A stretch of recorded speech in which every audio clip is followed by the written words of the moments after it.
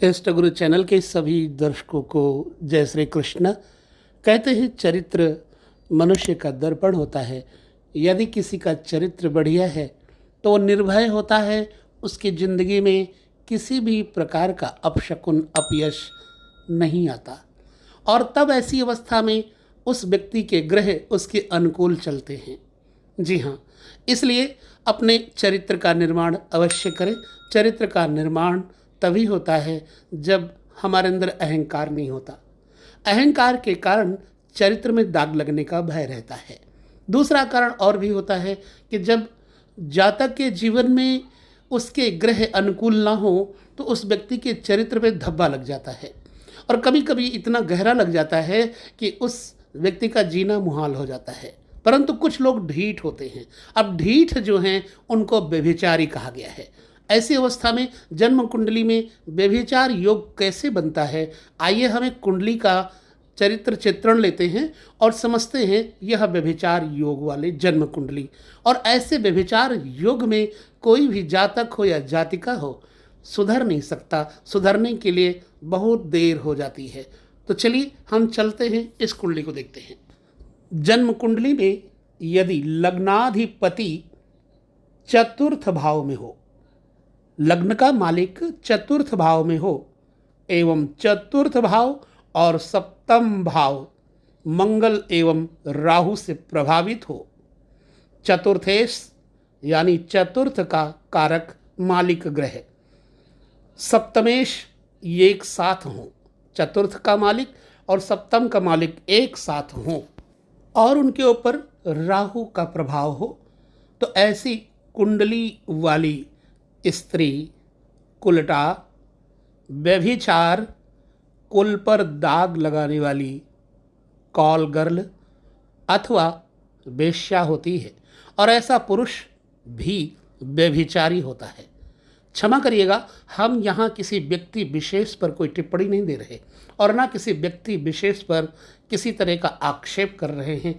हम सिर्फ एक ज्योतिषीय गणना के अनुसार फलादेश कर रहे हैं जन्म कुंडली का, एक ऐसी कुंडली का जो हमारे पास है। अब यहाँ देखिए, लग्नेश बुध अष्टम भाव में शुक्र के साथ है तथा शनि मंगल की लग्नेश पर दृष्टि है। शनि की तीसरी दृष्टि बुध के ऊपर है, मंगल की चौथी दृष्टि बुध के ऊपर है, अर्थात बुध लग्नेश हो गया। यह योग पंचमेश, सप्तमेश, द्वादशेश के पारस्परिक संबंध से भी हो जाता है। यहाँ पंचमेश लग्नेश, लग्नेश है बुध, पंचमेश है शुक्र। पंचमेश लग्नेश और द्वादशेश अर्थात शुक्र।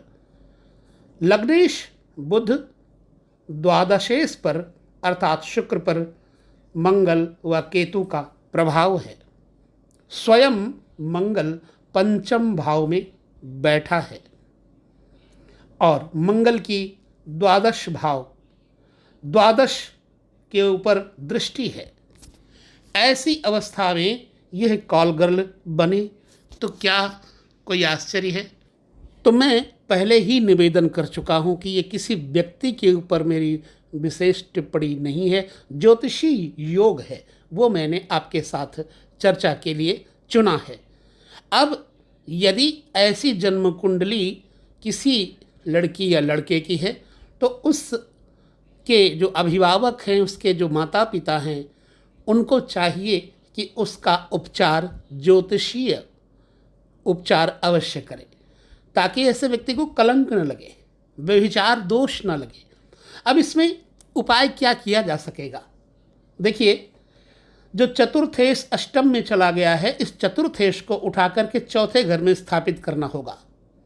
अर्थात इस जातक को या जातिका को पहली बात किसी कन्या का आशीर्वाद लेते रहना चाहिए। गाय का कच्चा दूध और इलायची के 11 दाने बुधवार के दिन बहते हुए जल में अर्थात नदी में प्रवाहित करना चाहिए। फिर शुक्र को, जो पंचमेश बुध के साथ युति कर रहा है, इसकी अवस्था को बुध को मजबूत करना होगा। गणेश जी का निशान स्वास्तिक होता है। स्वास्तिक गले में धारण करके ओम गम गणपतये नमः मंत्र का जप निरंतर करते रहना चाहिए, सुबह शाम, अधिक से अधिक संख्या में। इससे क्या होगा कि लग्नेश मजबूत हो जाएगा और अब शनि राहु की, मंगल की स्थिति को मजबूती भी मिल जाएगी। और मंगल के लिए याद रखिए कि जब कोई ग्रह, किसी ग्रह का प्रभाव किसी व्यक्ति के ऊपर विशेष पड़ रहा हो तो उसकी उपासना पूजा करवाना चाहिए। अतः इस जातक को मंगल का मंत्र 10,000 की संख्या में जप करके या करवा के मंगल की शांति करवा देना चाहिए। फिर एक पन्ना रत्न धारण कर लेना चाहिए। पन्ना रत्न धारण करने से जातक की बुद्धि में जो विकार हैं वह ठीक हो जाएंगे।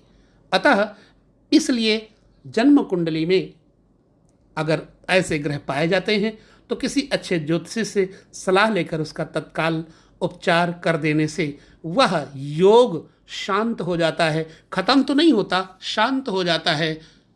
तो इस प्रकार से शांति का ये उपाय करना चाहिए।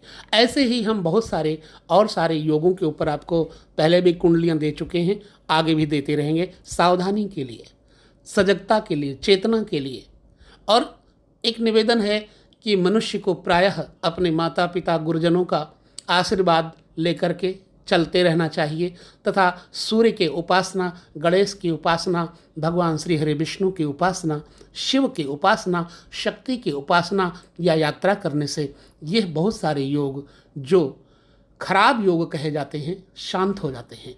तो नित्य प्रति उठ करके अपने माता पिता के चरण बंदन करें, सूर्य का दर्शन करें। जिंदगी में कोई भी दुराग्रह आपके नहीं आएगा और आपका जीवन सुखमय हो जाएगा। प्रयास करूंगा कि आप सब लोगों को पुनः किसी और अच्छे वीडियो के साथ जागृत करूं। लेता हूं इस वीडियो में विदा, फिर मिलेंगे। जय श्री कृष्ण, नमस्कार।